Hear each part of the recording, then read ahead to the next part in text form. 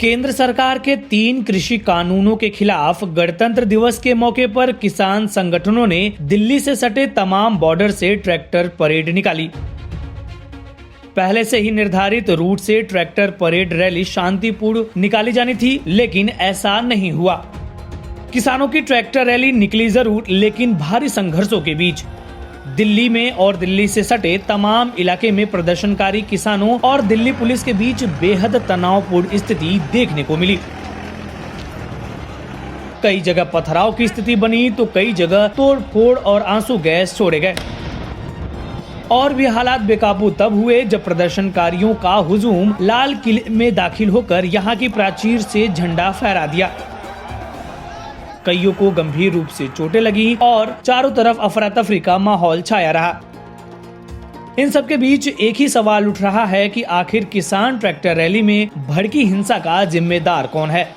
Police, सरकार या कृषि कानून का विरोध कर रहे किसान प्रदर्शनकारी? इस पूरे घटना के बाद एक तरफ जहां किसान संगठन और पुलिस एक दूसरे पर आरोप मढ़ रहे हैं, तो दूसरी ओर सत्ता पक्ष और विपक्ष के लोग एक दूसरे को जिम्मेदार ठहरा रहे हैं।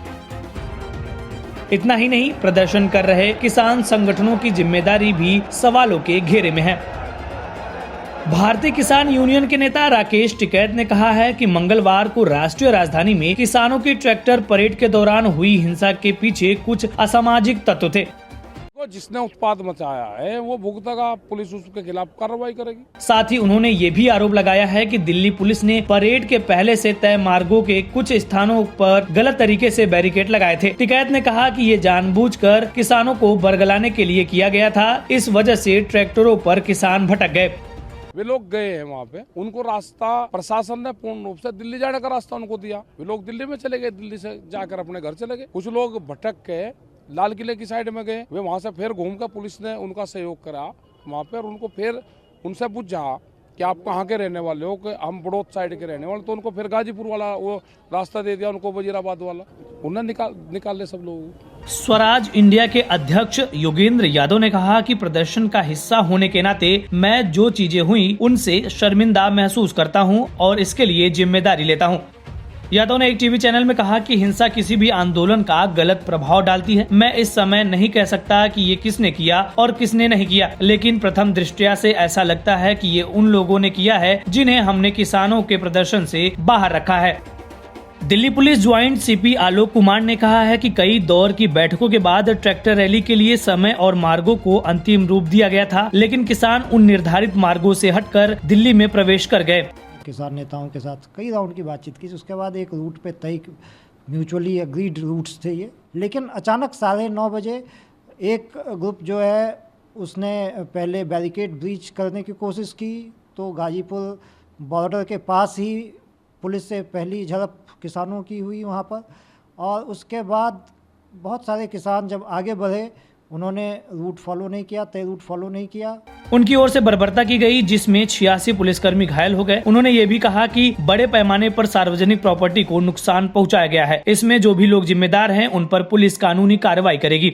उग्र तरीके से ये डेमोन्स्ट्रेशन किया गया, रैली की गई, जिसमें व्यापक पैमाने पर तोड़फोड़ हुई है, इस पर कानूनी कार्रवाई की जाएगी। डेफिनेटली जो इसमें नुकसान हुआ है और जिस तरह से असॉल्ट हुआ है पब्लिक सर्वेंट्स के ऊपर, जो पुलिस बल के ऊपर, उसमें जो भी लीगल एक्शन बनता है वो निश्चित तौर पे लिया जाएगा। वहीं शिवसेना के नेता संजय राउत ने भाजपा सरकार को इस हिंसा का दोषी बताया है। संजय राउत ने नरेंद्र मोदी सरकार पर निशाना साधते हुए कहा कि सरकार किसानों की बात आखिर कब सुनेगी, ये किस तरह का लोकतंत्र है। अपनी बात को आगे जारी रखते हुए राउत ने कहा कि क्या सरकार इसी दिन का बेसब्री से इंतजार कर रही थी? ये लोकतंत्र नहीं है भाई, कुछ और ही चल रहा है। उन्होंने एक अन्य ट्वीट करते हुए कहा कि अगर सरकार चाहती तो हिंसा रोक सकती थी। दिल्ली में जो चल रहा है उसका समर्थन कोई नहीं कर सकता। कोई भी हो, लाल किले और तिरंगे का अपमान सहन नहीं करेंगे, लेकिन माहौल क्यों बिगाड़ा गया? जाते जाते आपको बता दें कि दिल्ली पुलिस ने इस हिंसा को लेकर जांच तेज कर दी है। दिल्ली पुलिस ने किसानों की ट्रैक्टर परेड के मामले में 15 लोगों पर FIR दर्ज की है। पुलिस के एक अधिकारी के मुताबिक पूर्वी जिले में 3 प्राथमिकी दर्ज की गई है, द्वारका में 3 और शाहदरा जिले में मामला दर्ज किया गया है। पुलिस ने बयान जारी कर बताया कि इस हिंसा में पुलिस के 86 जवान घायल हो गए हैं। हिंसा स्थल पर एक प्रदर्शनकारी का ट्रैक्टर पलट गया, जिससे उसकी मौत हो गई। बयान में कहा गया है कि संयुक्त किसान मोर्चा की ओर से गणतंत्र दिवस के मौके पर किसान ट्रैक्टर रैली का आयोजन किया गया था। इस वीडियो में फिलहाल इतना ही। आप अपने सवाल और सुझाव हमें कमेंट्स करके बताइए। बाकी देश और दुनिया की ताजा तरीन खबरों की अपडेट्स के लिए हमारे चैनल लोकमत हिंदी को सब्सक्राइब कर लीजिए। अगर आप ये वीडियो फेसबुक पर देख रहे हैं तो हमारे पेज को लाइक और फॉलो कर लीजिए।